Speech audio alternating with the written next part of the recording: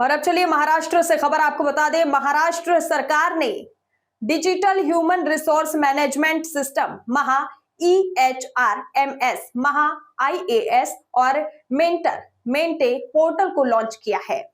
इसे देश का पहला ऑटोमेटिक ई ऑर्डर मॉड्यूल बताया जा रहा है। मुख्यमंत्री देवेंद्र फडणवीस ने कहा कि राज्य ने कई सुधारों के साथ देश में ह्यूमन रिसोर्स मैनेजमेंट में बड़े बदलाव किए हैं। इसका एक उदाहरण महा EHRMS सिस्टम है। यह सिस्टम डायनामिक एडमिनिस्ट्रेशन का चेहरा होगा।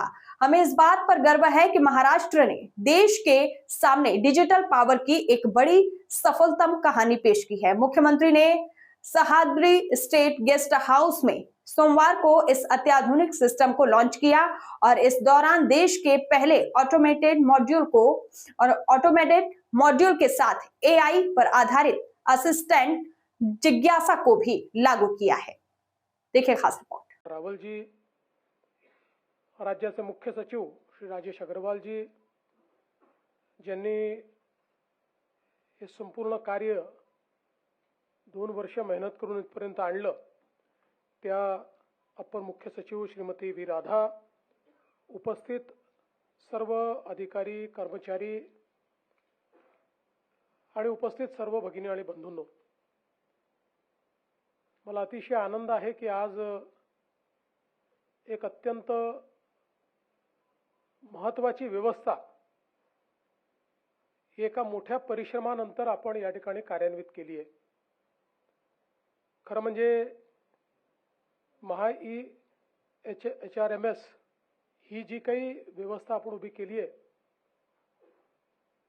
या व्यवस्थेमुळे एकूणच आपलं प्रशासनाची गती आणि प्रशासनात काम करणारे अधिकारी कर्मचारी यांचा उत्साह, या सगळ्या गोष्टींवर एक अतिशय सकारात्मक परिणाम होणार आहे। खरं तर जेव्हा याची सुरुवात झाली आणि सुरुवातीच्या काळामध्ये जेव्हा व्ही राधा मॅडमनी या संदर्भात काही विषय मांडले, तेव्हा माझ्या देखील एक गोष्ट लक्षात आली की राज्यातला तुलनेनं सर्वात महत्त्वाचा विभाग हा GAD आहे आणि राज्यातला तुलनेनं सर्वात दुर्लक्षित विभाग आहे GAD आहे। प्रत्येक मुख्यमंत्री GAD विभाग आपल्याकडे ठेवतो।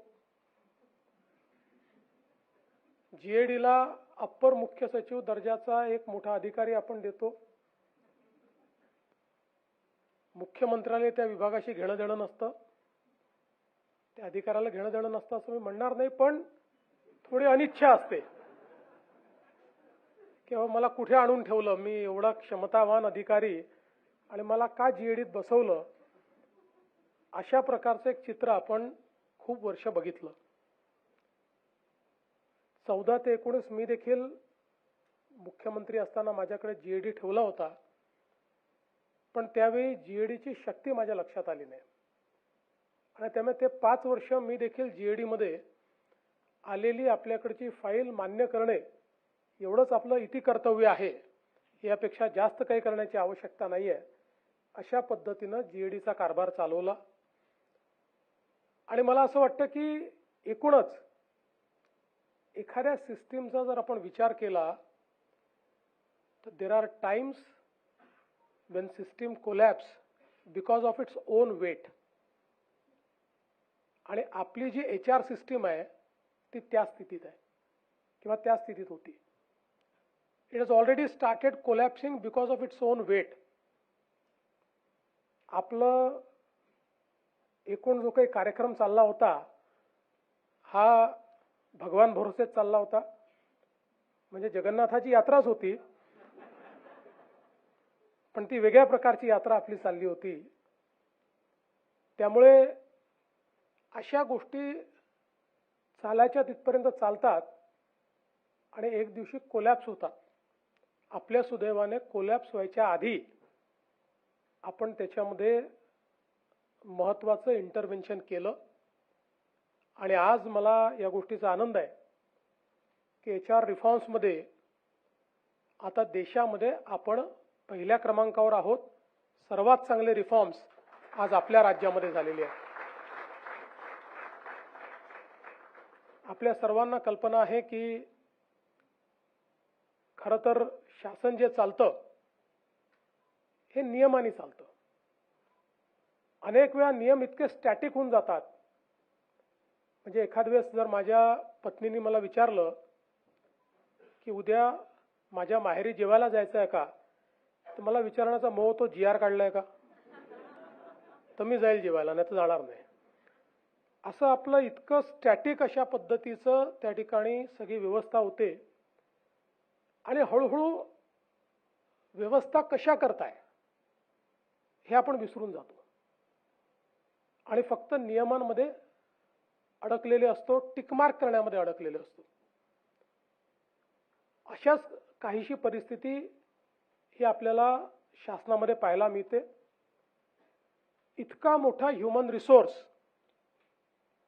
पण त्या ह्युमन रिसोर्सच्या मॅनेजमेंटची व्यवस्था मी सहज बघत होतो की आत्ता आपण जे काही सगळं वापरतोय किंवा ते मगाशी पोथ्या काही आम्हाला दाखवल्या, म्हणजे आताच्या अधिकाऱ्यांचे रेकॉर्डही पोथ्यांसारखे झालेले आहेत जुन्या. म्हणजे कधीचं ते अधिकारी आता सर्विंग आहेत, पण असं वाटतं की ते 1935च ते काही रेकॉर्ड आहे का, इतकं असं जुनं झाल्यासारखं ते रेकॉर्ड. तर मला असं लक्षात आलं की बेसिक याचं आर्किटेक्चर 1935चं आहे आणि 1935च्या आर्किटेक्चरवरच आपण संपूर्ण आपला HR चालवतोय. काही थोडे बदल आले, काही थोडं डिजिटायझेशन झालं, पण ते अगदी लिमिटेड झालं. त्यापेक्षा जास्त आपण काही करू शकलो नाही. खरं म्हणजे पहिल्यांदा तर इंग्रजांच्या काळात ज्यांनी प्रशासनात हे आणलं त्यांनाही धन्यवाद द्यावे लागतील. कारण ठीक आहे, गेले 25-30 वर्ष सोडले तरी it has served it's purpose for at least 60 years. 60 वर्ष ते आर्किटेक्चर चाललं आणि मग ते आता कोलॅप्स होणं सुरू झालं. पण आता या गोष्टीची आवश्यकता होती की हे रिफॉर्म्स आपण केले पाहिजेत. कारण ज्या वेगवेगळ्या गोष्टी आपण या ठिकाणी बघितल्या, सर्व्हिस रेकॉर्ड्स कोणाचे ठीक नाहीत. अनेक वेळा निवृत्तीच्या वेळेस 1 वर्ष आधी, म्हणजे अनेकदा अधिकारी सांगतात की जरा शेवटचे 1 वर्ष